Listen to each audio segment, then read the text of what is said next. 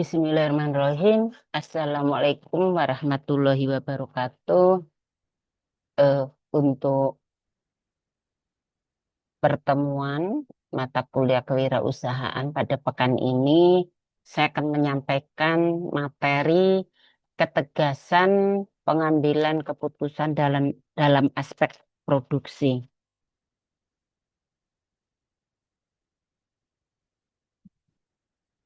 Produksi adalah inti dari kegiatan bisnis manufaktur.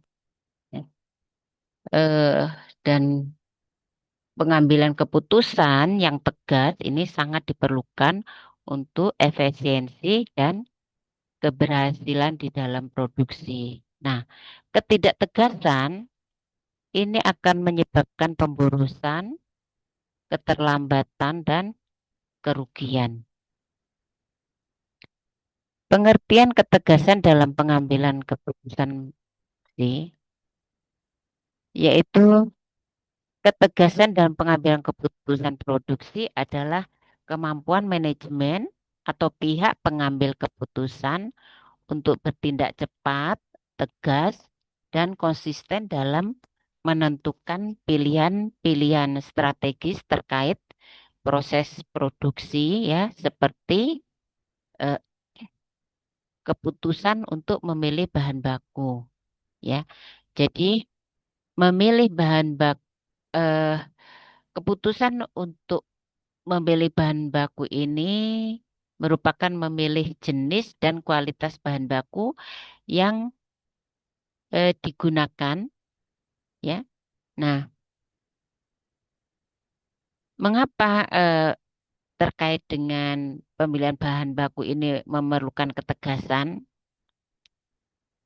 Karena pemilihan bahan baku yang tidak tepat atau lambat ini bisa menghambat proses produksi atau menurunkan kualitas produk ya. Yang kedua, jumlah produksi ya. Jadi strategi yang kedua itu dalam proses produksi itu keputusan untuk menentukan jumlah produksi. Ya, jadi ini keputusan ini adalah untuk menentukan berapa banyak barang yang harus diproduksi dalam periode tertentu. Ya, misalnya periode tertentu itu apakah 1 bulan, ya, ataukah 1 tahun seperti itu ya. Nah, eh, mengapa mengapa jumlah produksi ini untuk menentukan jumlah produksi ini juga membutuhkan ketegasan ya. Karena produksi ini terlalu sedikit ya. Bisa ya.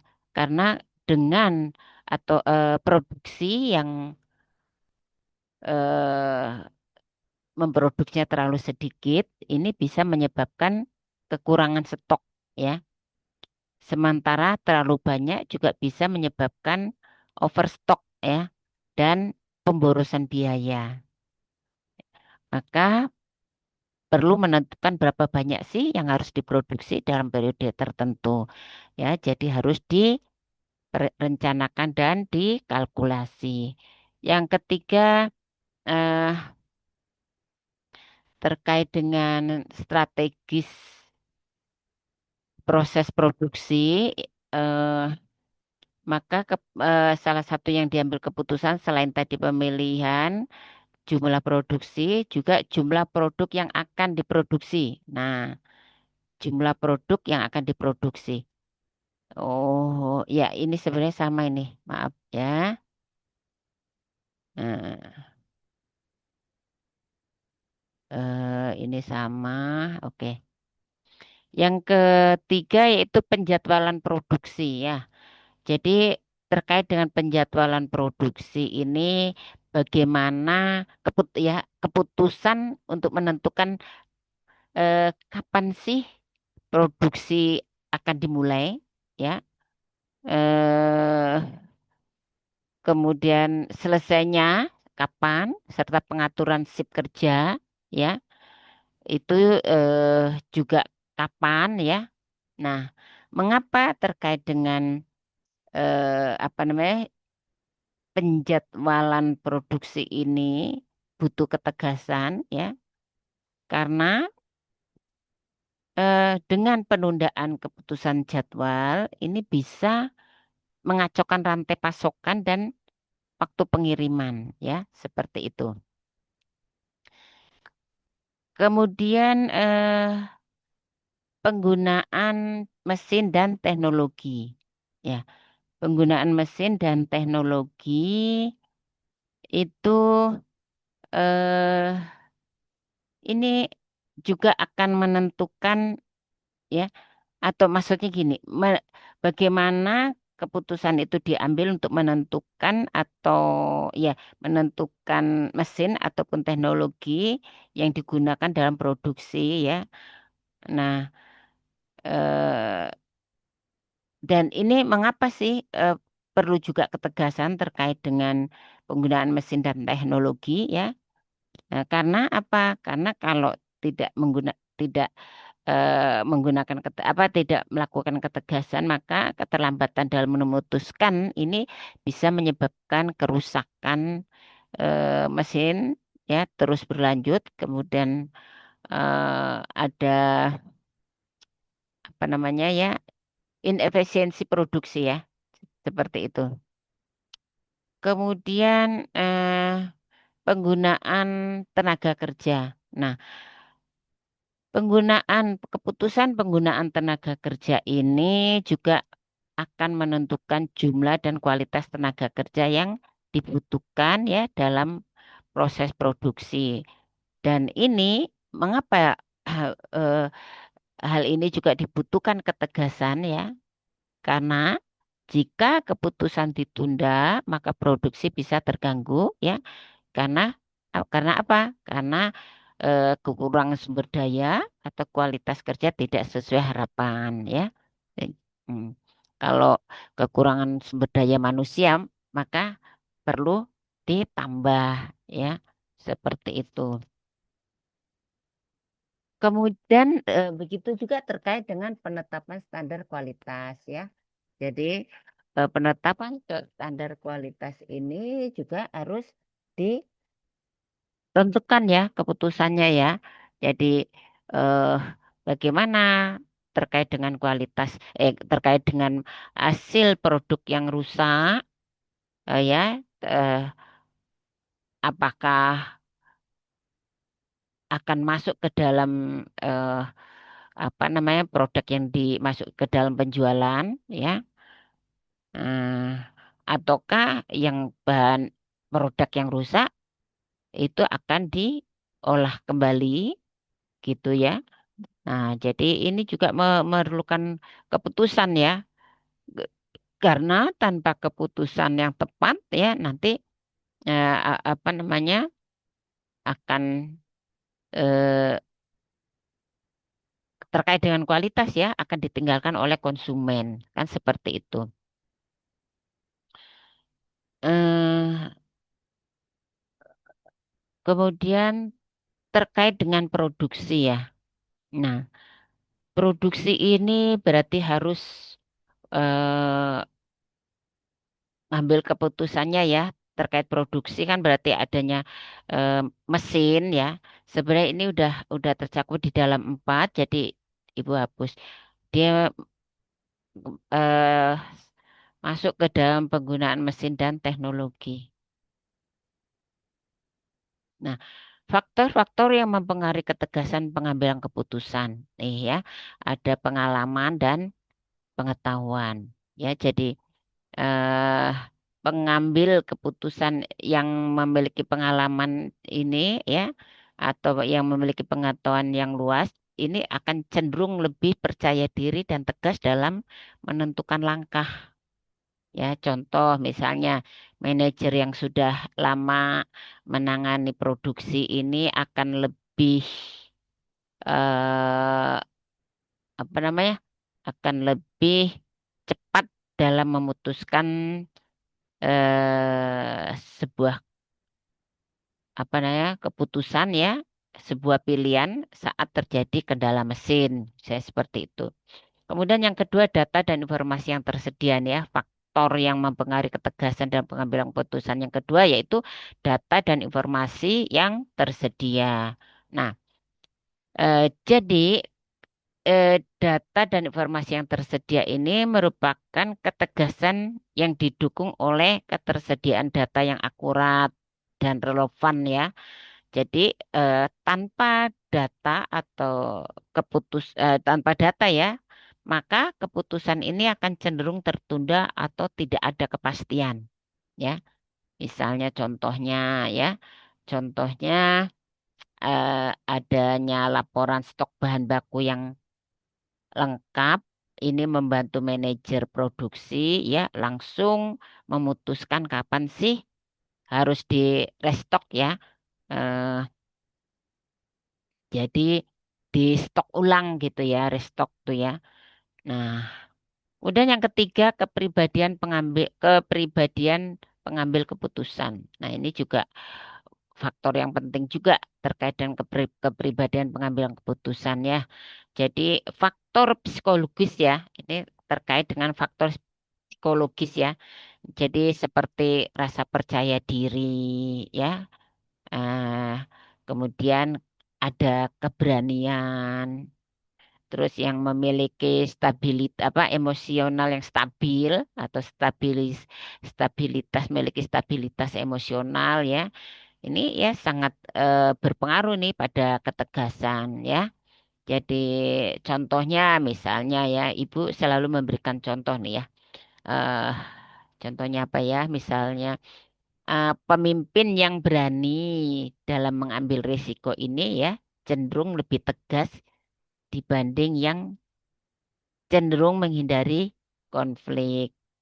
Ya, jadi eh, seperti itu contoh dari kepribadian yang dalam pengambilan keputusan itu yaitu pemimpin yang berani ambil risiko ya. Nah, ini cenderung lebih tegas lah ya dibanding yang eh, menghindari konflik ya. Pemimpin tuh karena karena dalam setiap eh, bisnis ya pasti ada tuh konflik ya. Nah, ya pasti ada konflik. Nah, konflik itu tidak bisa dihindari, maka harus di eh, apa namanya harus dihadapi dan diatasi kan seperti itu. Nah, yang keempat budaya organisasi ya faktor yang mempengaruhi ketegasan dalam pengambilan keputusan ini juga ada budaya organisasi ya. Jadi biasanya ini ya lingkungan kerja yang mendukung keterbukaan dan kecepatan pengambilan keputusan ini akan mendorong seseorang untuk lebih tegas ya dalam mengambil keputusan itu lebih tegas gitu ya atau eh, tegas dalam mengambil keputusan ya. Nah, contohnya misalnya ini apa ya? Contohnya perusahaan dengan sistem hierarki ya yang fleksibel ya. Hierarki yang fleksibel itu memungkinkan manajer level menengah ya ini membuat keputusan tanpa menunggu atasan ya seperti itu. Nah, ini budaya organisasi ini seperti ini ya. Jadi eh karena lingkungan yang mendukung keterbukaan ini ya sehingga eh kecepatan dalam pengambilan keputusan ini akan mendorong ketegasannya ya. Kemudian yang kelima yaitu yang kelima itu apa namanya tekanan waktu ya, tekanan waktu. Hmm. Tekanan waktu ini ya biasanya ini dalam situasi mendesak ya. Dalam situasi mendesak, maka seseorang ini sering dipaksa ya atau terpaksa untuk bertindak cepat ya. Jadi dalam kondisi situasi mendesak ya orang biasa dikondisikan seperti itu ya, maka sering dipaksa untuk bertindak cepat. Nah ini coba kalau kita semua pasti pernah mengalami seperti ini ya. Nah ini ya bisa mempercepat atau justru menghambat ketegasan ya. Nah, tergantung semua ini tergantung dari kesiapan eh, seseorang atau kesiapan orang tersebut atau individu tersebut ya. Nah, kemudian yang keenam dukungan tim dan pimpinan ini juga merupakan faktor yang mempengaruhi ketegasan dalam pengambilan keputusan ya. Nah, jadi ketegasan ini ya terkait dengan dukungan tim dan pimpinan ini akan meningkat jika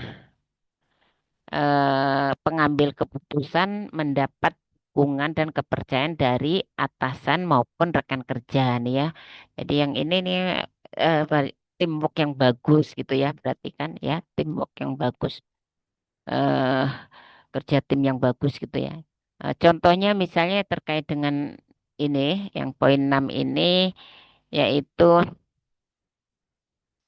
eh supervisor ya, supervisor produksi ini ya akan lebih tegas dalam mengambil langkah jika tahu manajer pabrik ini mendukungnya ya seperti itu. Jadi ini faktor-faktor yang mempengaruhi ketegasan ya, yaitu apabila supervisor ini akan lebih tegas mengambil keputusan apabila manajer di atasnya supervisor eh, di atas supervisor itu kan manajer ya ini akan mendukungnya maka akan cepat dan pengambilan keputusan. Kemudian ketersediaan sumber daya. Nah, ini penting ya, ketersediaan sumber daya juga merupakan faktor-faktor yang mempengaruhi ketegasan dalam pengambilan keputusan ya. Nah, jika sumber daya seperti anggaran, ya, tenaga kerja, apalagi peralatan atau mesin, ya. Nah, ini maka keputusan ini bisa dibuat lebih cepat dan tegas ya. Contohnya misalnya ya, keputusan menambah shift produksi akan sulit diambil jika sumber daya manusia dan anggarannya belum siap, nah, ya kan? Jadi sumber daya itu ada SDM, ada peralatan, ada uang ya, atau modal ya, kemudian metode, nah, seperti itu ya. Jadi eh, sumber daya itu sama dengan input ya. Input itu Ibu biasa memperkenalkan ada 5M. Money, money, man, metode ya, metode, kemudian material, mesin. Nah, ini jadi inilah sumber daya nih. Ya, jadi kalau berarti kan salah satunya SDM ya. Man ya, money, mm, money, man, metode, material, mesin ya kan. Man kan manusia atau sumber daya manusia. Nah, jadi dari ini semua terkait dengan faktor-faktor yang mempengaruhi ketegasan pengambilan keputusan dapat disimpulkan bahwa ketegasan dalam mengambil keputusan atau ketegasan dalam pengambilan keputusan ini dipengaruhi oleh kombinasi faktor internal ya. Faktor internal itu apa ya? Seperti pengalaman, kepribadian, nih kan? Ini kan pengalaman poin satu, kepribadian, ya, dan juga oleh kombinasi terhadap faktor eksternal ya, ya seperti data, ya, ini kan, kemudian budaya, kemudian organisasi, kemudian apa namanya tekanan atau situasional ya. Nah, seperti itu. Nah, berikutnya apa itu ketegasan dalam pengambilan keputusan? Ya, ketegasan merupakan kemampuan membuat keputusan secara cepat, tepat, dan konsisten. Ya, jadi dalam konteks produksi ini berarti ya ketegasan menentukan jumlah produksi. Kemudian ketegasan menyesuaikan kapasitas dan sumber daya. Kemudian ketegasan memilih teknologi atau metode produksi ya, cara memproduksinya itu seperti apa. Nah, ini penting ya bagi wirausahawan untuk mendalami, memahami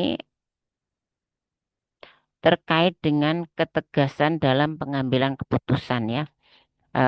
eh, Keputusan produksi ya. Jadi seperti itu. Nah, eh, sebagai contoh studi kasus ya, misalnya ibu studi kasus lah ya. Nah, namanya Pak Hendra. Nah, Pak Hendra ini adalah kepala bagian produksi di perusahaan percetakan ya. Eh, Suatu pagi mesin utama produksi itu mengalami kerusakan ya saat sedang mengejar target atau tenggat pesanan besar. Nah, tim teknisi ini menyarankan menunda produksi selama 2 hari ya untuk perbaikan ya. Namun ada opsi lain ya, memindahkan produksi ke cabang lain ya dengan biaya tambahan. Nah, Pak Hendra ini merasa takut ya, salah langkah gitu, takut salah langkah dan menunda keputusan hingga sore hari ya. Nah, ini menyebabkan keterlambatan pengiriman dan denda dari klien. Nah, terkait dengan kasus itu, apa yang seharusnya dilakukan oleh Pak Hendra ya agar menunjukkan ketegasan dalam pengambilan keputusan? Apa yang harus dilakukan? Yang harus dilakukan adalah mengambil keputusan ya secara cepat berdasarkan informasi dan pertimbangan risiko yang ada ya. Jadi seperti itu. Nah, contoh keputusan dalam produksi yaitu menentukan volume produksi ya berdasarkan permintaan pasar ya. Maka perlu adanya kajian pasar ya supaya apa? Menentukan volume produksi ini supaya eh, eh, tidak over produksi ya. Jadi supaya tidak overproduksi, apalagi kalau isinya itu bahan makanan ya. Kok bahan makanan kan ada expired ya. Nah itu jadi harus ditentukan nih, anu, berapa banyak produksinya. Kemudian ini juga penting nih ya terkait dengan pemilihan bahan baku dan vendor terbaik ya. Jadi eh, ke- se, se apa namanya perusahaan yang memproduksi ya, yang menghasilkan produk itu maka sebelum memulai usaha itu harus mempelajari penyedia bahan baku. Jadi karena apa kalau misalnya ibu mau bisnis apa ya misalnya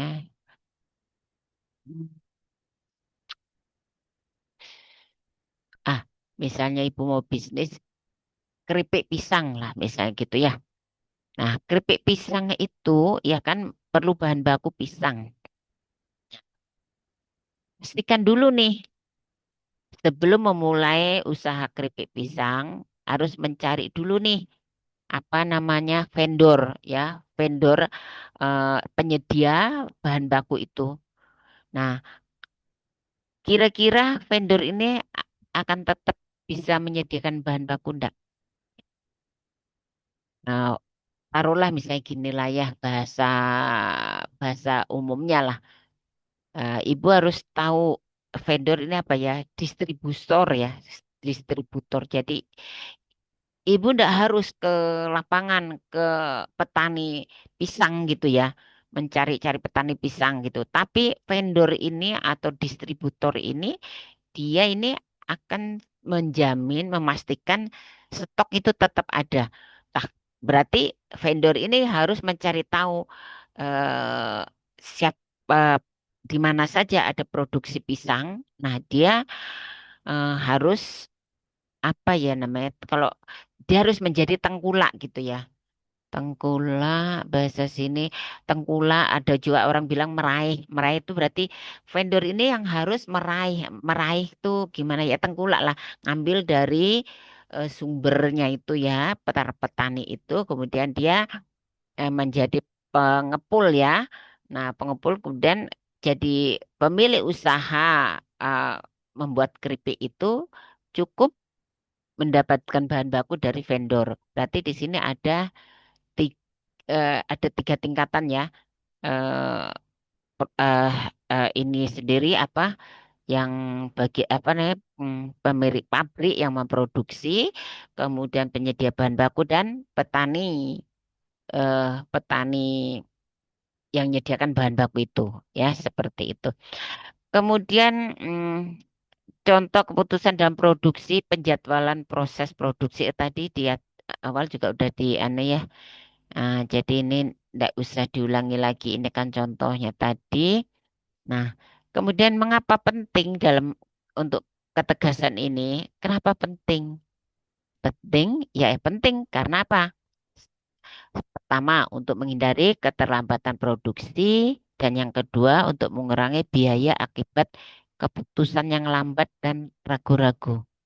Ya, mengurangi biaya akibat keputusan yang lambat dan ragu-ragu. Karena kata orang gini ya, kesempatan itu tidak akan datang dua kali.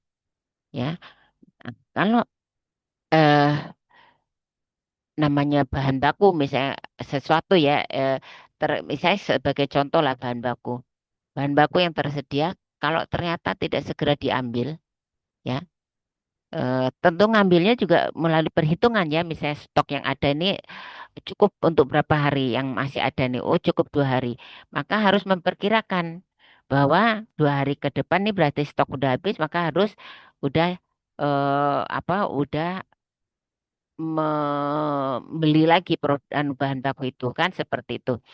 Nah, kalau tidak dibeli, kemungkinan bahan baku itu diambil orang lain. Nah, maka akan eh, apa namanya? eh maka si yang memiliki produk itu dia bisa jadi akan mendapatkan harga yang mahal ya, seperti itu. Ini akan mengurangi biaya akibat keputusannya kan. Nah, biaya-biaya yang ada akhirnya akan banyak berkurang, padahal tadinya udah diperkirakan eh, segini cukup gitu ya. Nah, seperti itu. Kemudian yang ketiga, meningkatkan kepercayaan tim produksi dan stakeholder. Nah, ini jadi pentingnya ketegasan itu ya, pentingnya ketegasan itu kan meningkatkan kepercayaan tim produksi dan stakeholder ya. Di sini misalnya gini, eh dalam hal ketegasan ini ya, eh terkait dengan tim produksi dan stakeholder ini ya, ini udah jelas ya tim-tim yang bekerja dalam proses produksi ya. Jadi di sini ada job description, penentuan tugas masing-masing ya, penentuan tugas masing-masing sehingga tidak ada apa ya, hmm, tidak ada minimal mengurangi konflik ya di antara tim, ini mengurangi konflik karena sudah ada eh, eh, pembagian tugas seperti itu ya, karena sudah ada pembagian tugas. juga meningkatkan kepercayaan terhadap stakeholder orang-orang yang memiliki kepentingan di dalam produksi kita. Siapa saja stakeholder itu ya. Jadi eh, bisa pihak ketiga tentu saja ya. Apa dia eh, apa namanya pensuplai bahan baku, kemudian apakah dia eh, eh, apa ya pemberi pinjaman dana ya seperti bank atau investor gitu ya. Nah, kemudian yang keempat itu pentingnya ketegasan terhadap penyesuaian diri dengan dinamika pasar. Nah, ini jadi eh, ketika dinamika pasar kan selalu berubah-ubah ya. Hmm, Apa namanya eh, minat konsumen seperti itu ya. Kemudian daya beli masyarakat. Nah, ini harus apa namanya ya sebagai eh, manajer itu ya atau supervisor itu harus eh, dalam mengambil keputusan untuk penyelesaian diri ya. Jadi harus fleksibel, tidak kaku. Ya, tidak kaku artinya, oh ini targetnya harus seperti ini ya. Kalau ada perubahan dinamika pasarnya itu, pokoknya harus saklek seperti itu ya. Jadi tidak mau menyesuaikan kondisi konsumen. Nah, ini juga berbahaya ya, ketegasan yang kaku gitu ya, seperti itu. Nah, dampak ketidaktegasan itu ya eh, terkait dengan aspek bahan baku, maka dampak ketidaktegasan itu akan kehabisan stok, ya, kan? Eh, akan kehabisan stok dan kualitas buruk ya. Jadi eh, itu ya terkait dengan penyebabnya ya. Jadi eh, dengan kehabisan stok ya atau terlambat memesan bahan baku ini, maka pengambil keputusan ragu atau menunda pemesan bahan baku ini ya. Akibatnya apa? Akibatnya stok kosong ya saat dibutuhkan untuk produksi. Nah, kemudian juga apa namanya? Ketidaktegasan terkait dengan menetapkan proyeksi permintaan ya. Eh, Misalnya tidak ada keputusan jelas tentang berapa banyak sih produk yang harus disiapkan. Nah, ketika permintaan naik, perusahaan ini maka tidak akan siap gitu ya. Begitu juga misalnya yang terkait dengan ketidaktegasan eh, dalam hal kebingungan ya dalam penjadwalan produk ya dalam penjadwalan produksi. Nah, ini ketidaktegasan ini ya dalam menentukan jadwal produksi ini menyebabkan keterlambatan produksi ya. Jadi produk ini tidak tersedia tepat waktu ya. Ini jadi kemudian kalau tidak tepat waktu maka akibatnya apa? Akibatnya saat permintaan tinggi itu datang ya, produksi tidak bisa berjalan, kehabisan stok, kehilangan pelanggan. Nah, itu risiko seperti itu ya. Kemudian terkait dengan kualitas buruk nih ya. Jadi kalau kualitasnya buruk itu eh, ini merupakan dampak ketidaktegasan ya, sehingga kualitasnya buruk dari aspek bahan baku ini ya. Jadi mm, tidak tegas dalam hal ini untuk menolak bahan baku yang berkualitas rendah ya. Yang berkualitas rendah maka akibatnya nanti kualitasnya buruk, produknya juga kan. Jadi terkait dengan ini misalnya supplier atau penyedia bahan baku itu mengirim bahan baku yang tidak sesuai standar. Nah ya, ini perlu ketidaktegasan nih untuk menolak gitu ya. Ya, jadi karena tidak ada ketegasan ini untuk menolak, maka bahan baku akan tetap digunakan, maka menyebabkan kualitasnya buruk. Eh, Seperti itu ya. Kemudian juga eh, mestinya ini kan ada SOP ya terkait dengan kualitas bahan baku ini harusnya ada SOP. Nah, jadi kalau tidak ada ketegasan dalam menegakkan SOP-nya, ya maka proses produksi ini tidak mengikuti standar prosedur ya, karena pengawas atau manajer tidak tegas dalam melakukan pengawasan. Nah, sehingga ya eh, juga eh, tidak konsisten ya dalam instruksi produksi misalnya ya. Eh, eh, Tidak konsisten dalam instruksi produksi sehingga manajer ini sering berubah-ubah dalam memberikan arahan. Nah, ini akan menyebabkan tim bingung ya, menyebabkan tim bingung, kemudian hasil produksi maka tidak seragam ya.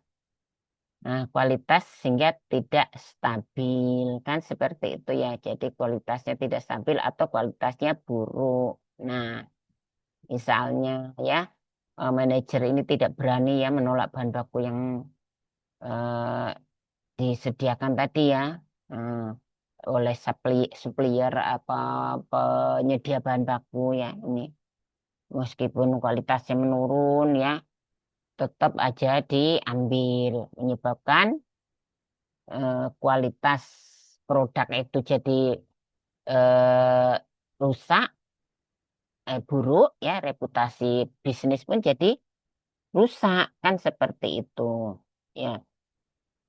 Jadi ya, kesimpulan atas ini semua maka eh, jika kehabisan stok dan kualitas buruk ini seringkali berasal dari ketegasan ya dalam pengambilan keputusan ya, terutama dalam hal pemesanan bahan baku ya.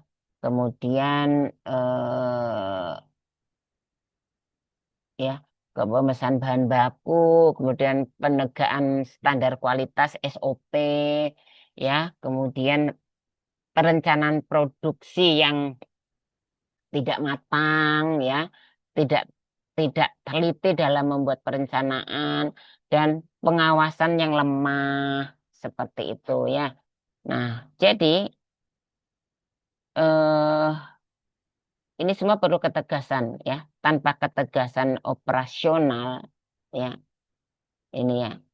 Jadi tanpa ketegasan maka operasional itu akan jadi lambat, keputusan penting tertunda, akibatnya berdampak pada kerugian apa? Keuangan atau finansial, dan pelanggan akan lari ya, akan kehilangan pelanggan dan eh, menurunnya ya kepercayaan pasar ya. Jadi kepercayaan pasar menurun. Risikonya maka usaha akan bisa bangkrut. Nah, pertanyaannya, mengapa bisa kehabisan stok? Wah, ya, dan kualitasnya buruk. Mengapa? Karena mana tadi masih bahas ini ya. Karena apa?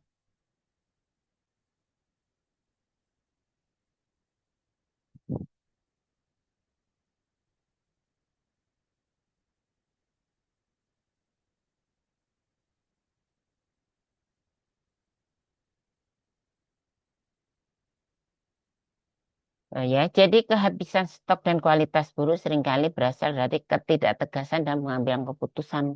Ya, tadi ya. Jadi terkait dengan pengawasan dan sebagainya ya, seperti yang saya jelaskan tadi. Nah, Mengapa bisa terjadi kehabisan stok dan kualitas buruk? Ya, Eh, karena tidak ada perencanaan produksi yang baik.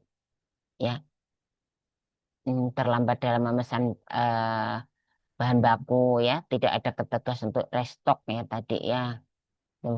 Kemudian perkiraan permintaan yang salah, terus kan apa adanya gangguan pasokan dari supplier kan seperti itu ya.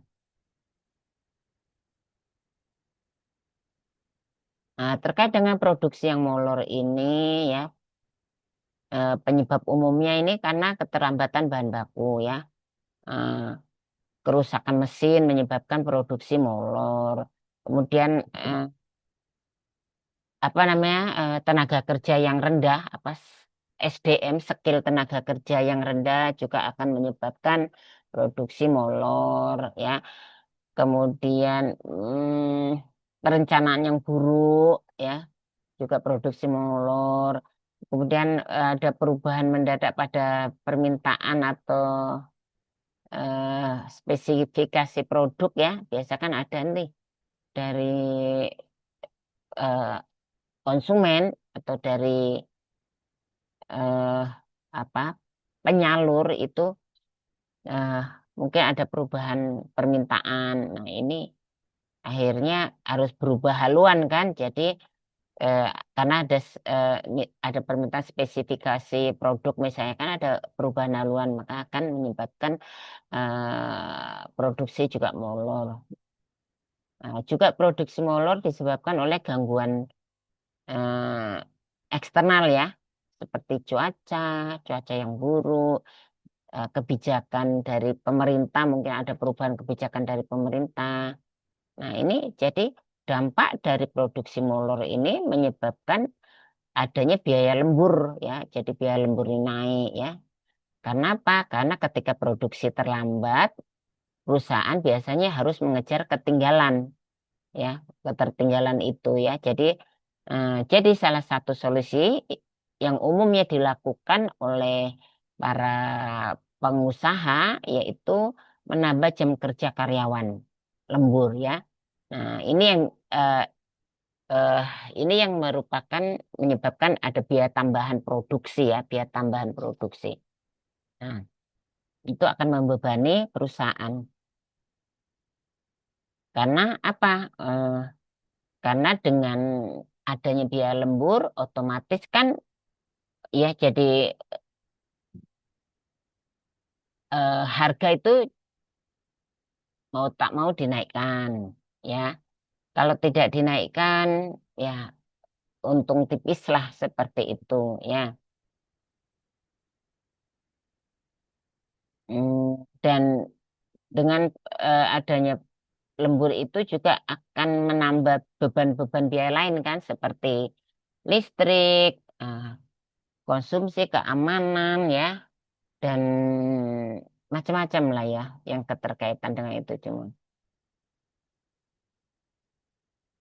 Misalnya ya, jadi kesimpulannya ya, produksi yang molor ini eh, menyebabkan jadwal terganggu dan karena jadwal terganggu untuk mengejar target lembur dilakukan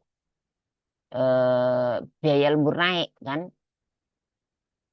Karena untuk mengejar target maka lembur dilakukan dan biaya lembur naik, biaya operasional juga meningkat.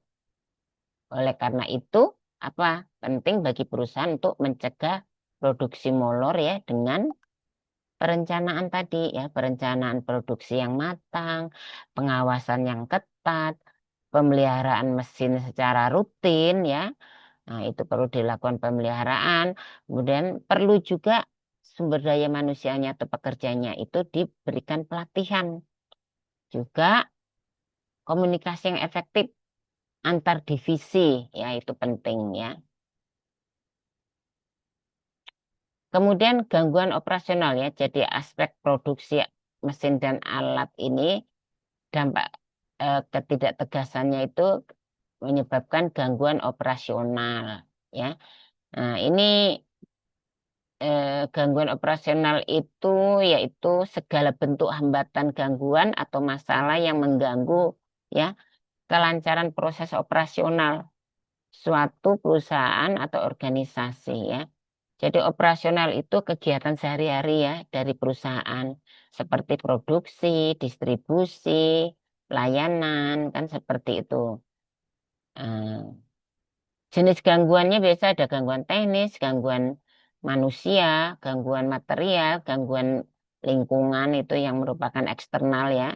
Kemudian manajerial ya seperti itu. Nah, kalau gangguan teknis itu biasanya ya karena adanya kerusakan mesin, gangguan listrik atau jaringan internet ya, sistem IT error ya. Seperti itu yang kok terkait dengan software itu ya hardware. Nah, seperti itu kan. Kemudian juga gangguan manusia, misalnya kesalahan dalam proses kerja, ya, itu biasa terjadi seperti itu. Kemudian kurangnya pelatihan atau pemahaman SOP juga menyebabkan gangguan operasional. Ya. Kemudian ini disebabkan ketidaktegasan ya. Kemudian ketidakhadiran tenaga kerja ya yang sering tidak masuk, misalnya itu.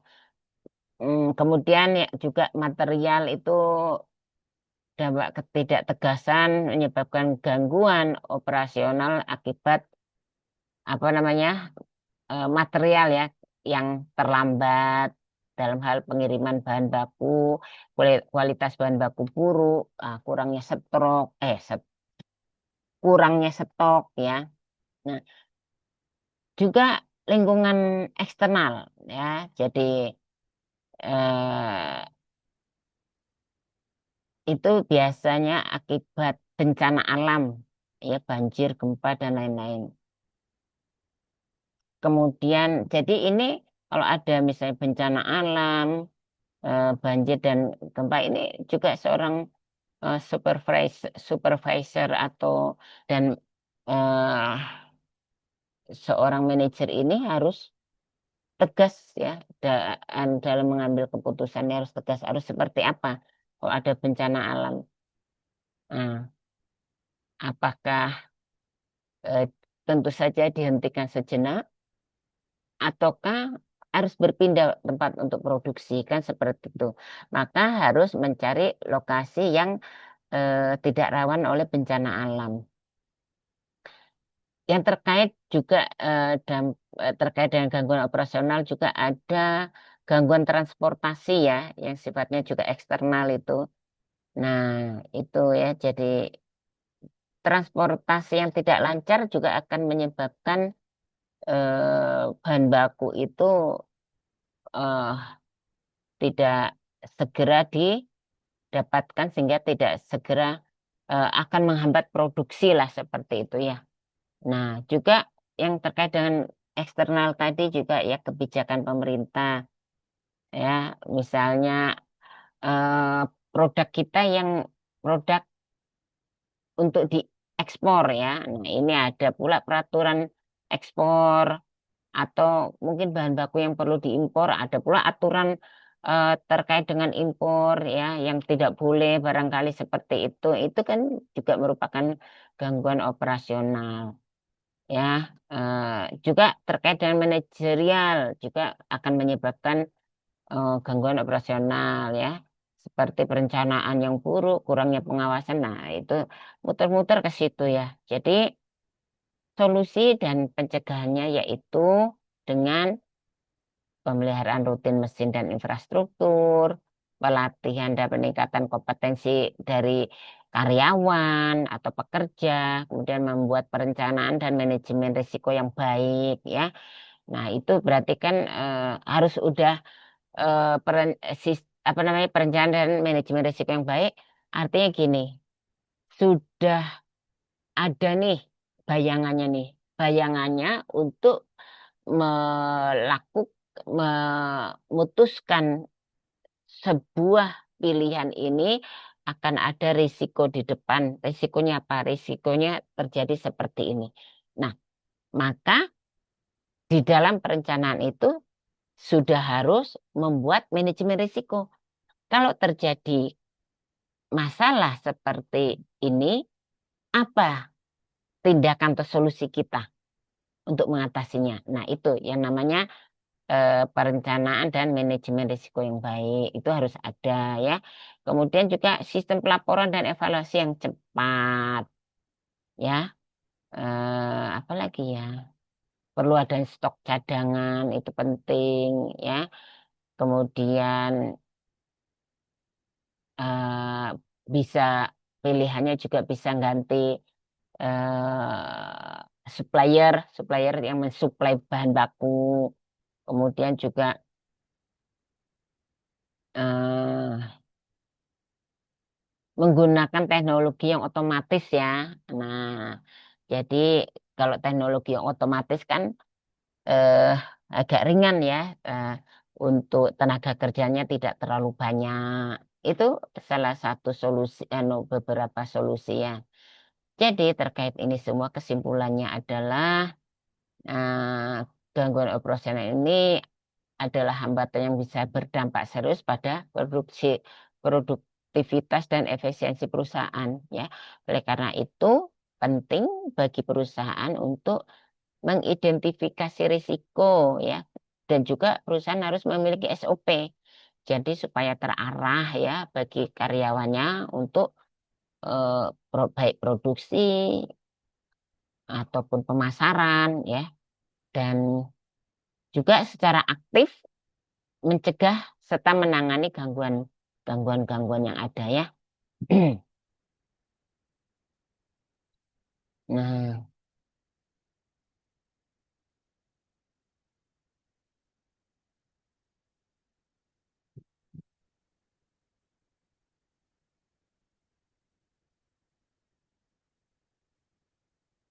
mana lagi? Ketidakjelasan tugas. Nah ya, terkait dengan ketidakjelasan tugas. Eh,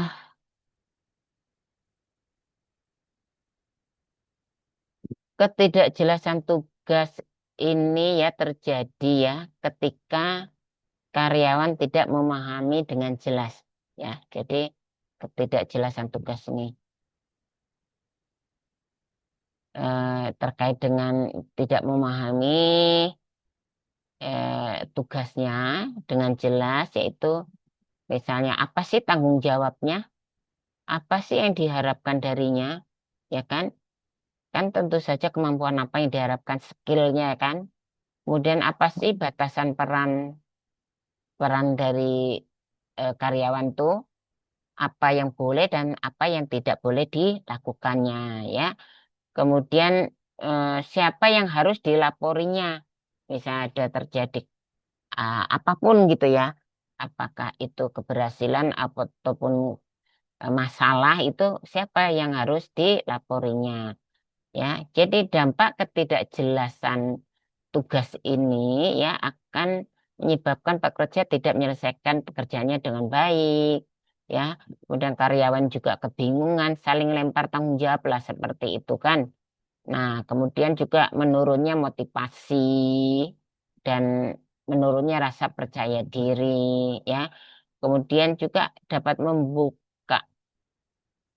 potensi konflik ya antar anggota tim, atau menyebabkan konflik antar teamwork ya. Jadi eh, jadi hubungan dengan ketidakjelasan tugas ini yaitu menyebabkan adanya tumpang tindih tugas ya. Ya, tumpang tindih tugas. Jadi akibatnya tumpang tindih malah menyebabkan tugas itu biasanya terbengkalai ya. Nah, juga saling menyalahkan ya. Saat targetnya tidak tercapai, saling menyalahkan ya, seperti itu. Nah, udah kebayang kan seperti itu. Nah, ini dampaknya adalah dampak konflik tim. Kalau udah kayak gini. Kalau udah dampak konflik tim ini menyebabkan lingkungan kerja jadi tidak lagi kondusif ya. Sehingga produktivitas pun otomatis akan menurun ya. Kemudian komunikasi karena menurun karena komunikasi kan tidak efektif nih. Jadi akhirnya akan mengganggu produktivitas ya. Kemudian semangat juga akan menurun ya. Nah, ini juga bisa berujung pada apa ya? eh, Turnover ya istilahnya apa ya karyawan keluar lah ya berhenti kan seperti itu resign gitu ya ini bisa menyebabkan itu karena suasana yang tidak kondusif ya dalam bekerja ini jadi akibat dari ketidakjelasan tugas karena tegasan dari eh, pimpinan ya lalu jika terjadi hal seperti itu apa sih solusinya maka solusinya harus dibuat apa ya namanya job description atau pembagian tugas ya. Jadi pembagian tugas itu harus rinci ya.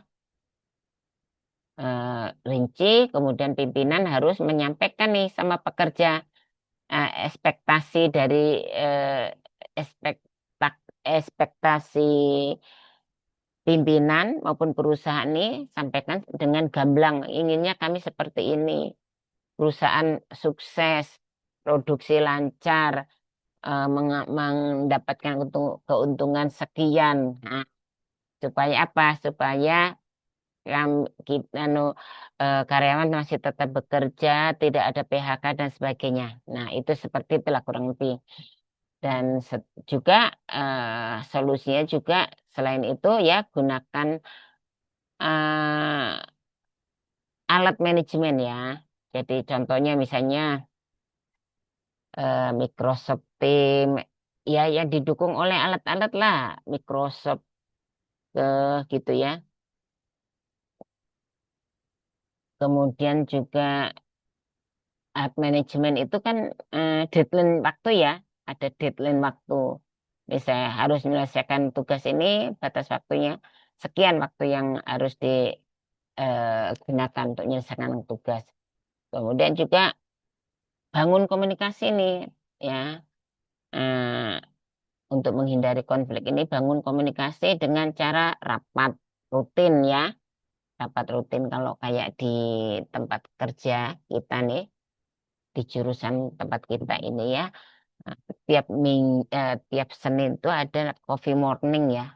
Jadi ada rapat rutin untuk membahas ke depannya mau ngapain, terus mengevaluasi ya. Jadi tiap hari Senin. Jadi mengevaluasi 1 minggu ke belakang tuh apa yang tidak tercapai, apa yang tercapai, terutama yang dicari, yang digali yang tidak tercapai apa.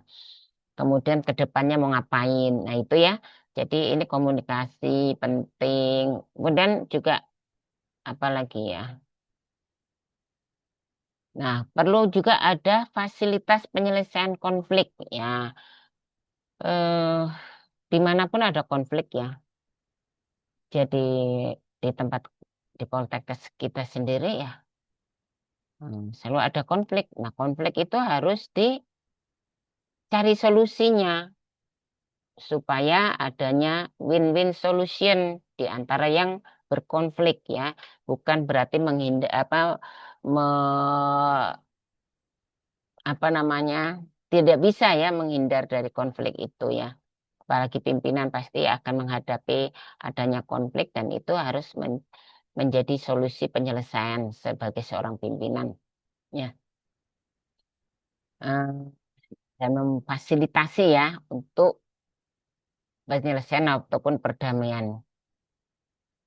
Jadi kesimpulannya dari ketidakjelasan tugas ini akan ya jadi ini merupakan akar masalah loh ya. Jadi akar dari banyak masalah dalam tim ya. Jadi ketidakjelasan tugas ini termasuk konflik antar anggota tim ya. Nah, jika tidak segera ditangani akan berdampak langsung pada kinerja moral dan hasil kerja tim. Nah, kuncinya adalah komunikasi itu harus dibangun ya. Komunikasi harus dibangun dengan jelas struktur kerja harus tertata dengan jelas. Dan pemimpin tuh harus responsif ya sebagai pimpinan. Jangan jadi pimpinan itu masa bodoh ya seolah-olah tidak mau tahu ya itu akan menyebabkan resistensi dari yang dipimpin atau juga bisa menyebabkan apa namanya ya kurang empatinya terhadap perkembangan perusahaan gitu ya atau antipati lah gitu antipati gitu ya. Antipati atau ya apa ya antipati itu ya tidak punya respect gitu ya. Jangan sampai anggota tim atau bawahan itu tidak memiliki respect lagi ya terhadap organisasi atau perusahaan ya. Nah, ini sangat berbahaya sekali ya. Makanya seorang pimpinan itu harus respon ya terhadap masalah yang ada ya. Jadi masuk di Poltekkes nih ya. Jadi pimpinan di Poltekkes itu ya harus telinganya dipakai untuk mendengar keluhan, matanya dipakai untuk melihat apa sih anu kendala-kendala yang dapat dilihat oleh mata secara kasat mata.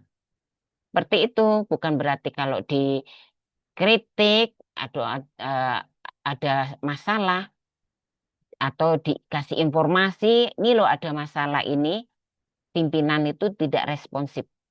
Nah, itu pimpinan yang buruk ya seperti itu ya. Jadi cara memimpin yang buruk. Nah, itu bukan pemimpin yang baik dan tidak akan membawa kemajuan ya kalau karakter pemimpin yang tidak responsif seperti itu. Nah, studi kasus nih ya, studi kasus. Sebuah pabrik makanan ringan ragu menentukan apakah perlu menambah shift malam saat permintaan meningkat. Nah, ini ada ketidaktegasan. Jadi ketidaktegasan menyebabkan pesanan terlambat ya. Kemudian pelanggan pindah ke kompetitor, kepada pesaing ya. Apabila sebuah pabrik makan ringan ragu menentukan, nah ini ragu ini ya menentukan apakah perlu menambah shift malam saat permintaan meningkat. Saat permintaan meningkat ya harus ditambah shift malam, ya kan? Itu kan perlu income yang baik gitu ya, pemasukan itu kan. Nah, jadi kalau ketidaktegasan ini maka pesanan terlambat, pelanggan pindah ke pesaing, kompetitor. Nah, setelah dievaluasi diputuskan menambah shift. Nah, itu ya, mengirimkan pengiriman tepat waktu, maka pendapatan naik, ya kan? Seperti itu. Nah, Ibu juga mau mengambil sebuah kasus ya. Jadi sebuah pabrik makanan ringan ini menghadapi lonjakan permintaan dari pelanggannya. Namun manajemen ragu untuk menambah shift malam karena ketidaktegasan tersebut ya beberapa pesanan tidak terkirim tepat waktu. Nah, inilah ini ya sehingga kompetitor. Nah, maka eh, di sini akar masalahnya adalah ketidaktegasan dalam pengambilan keputusan manajerial. Ya. Kesimpulannya yaitu dari ketidaktegasan ini bukan berarti gegabah ya. Ketegasan itu bukan berarti gegabah, tapi berani mengambil keputusan berdasarkan data dan intuisi manajerial. Nah, seorang manajerial itu harus memiliki intuisi yang intuisi yang apa ya yang jelas gitu ya. Nah, dalam produksi, waktu adalah uang, keputusan yang cepat dan tepat menjaga efisiensi, menjaga kualitas, dan menjaga kepuasan pelanggan. Eh, Contoh kasus ya. Jadi, seorang manajer produksi ini menerima laporan ya bahwa stok bahan baku ini akan habis selama 3 hari. Nah, sementara pengiriman dari pemasok biasanya membutuhkan waktu sampai 5 hari. Nah, dan beberapa staf ini menyarankan untuk menunggu instruksi pimpinan pusat ya. Namun sang manajer itu memutuskan untuk segera memesan bahan baku berdasarkan data stok dan pengalaman sebelumnya lah ya. Jadi eh,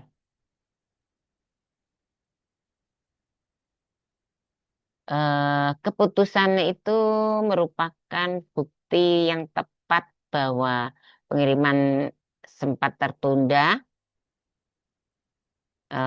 tetapi produksi tetap berjalan lancar ya. Jadi keputusan tersebut itu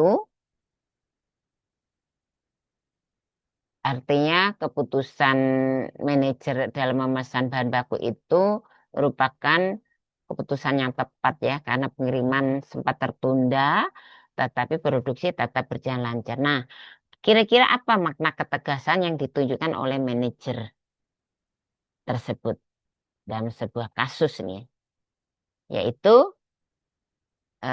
ketegasan mengambil keputusan berdasarkan data dan intuisi yang rasional ya.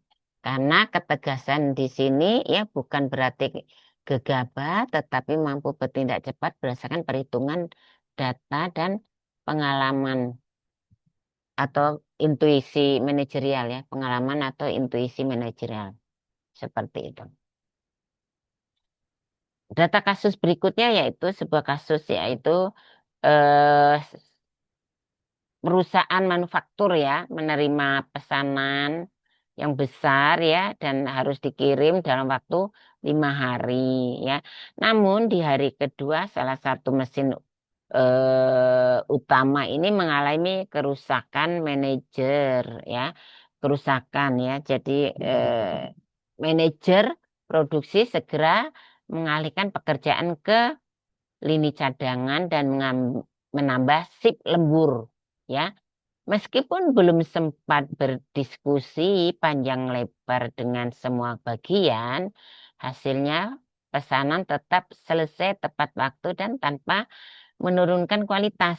Nah, pelanggan pun memberikan testimoni positif ya atas ketepatan waktu pengiriman. Nah, apa kira-kira alasan utama dibalik pentingnya keputusan yang cepat yang diambil oleh manajer dalam kasus tadi? Apa alasannya? Eh, Alasannya itu karena waktu yang tersisa terbatas dan harus menjaga efisiensi serta kepuasan pelanggan ya, serta kepuasan pelanggan. Nah, apa namanya? Dalam hal ini ya, produksi ya, dalam produksi ini waktu adalah uang. Manajer harus bertindak cepat agar produksi tetap berjalan efisien dan eh, pelanggan puas. Begitu ya. Nah, sampai mana tadi? Eh,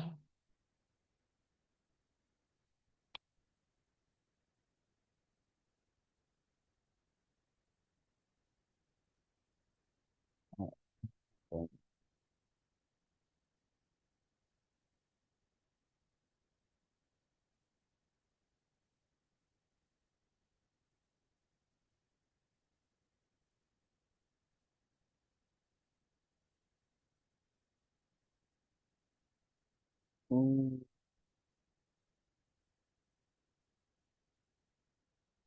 Oke, jadi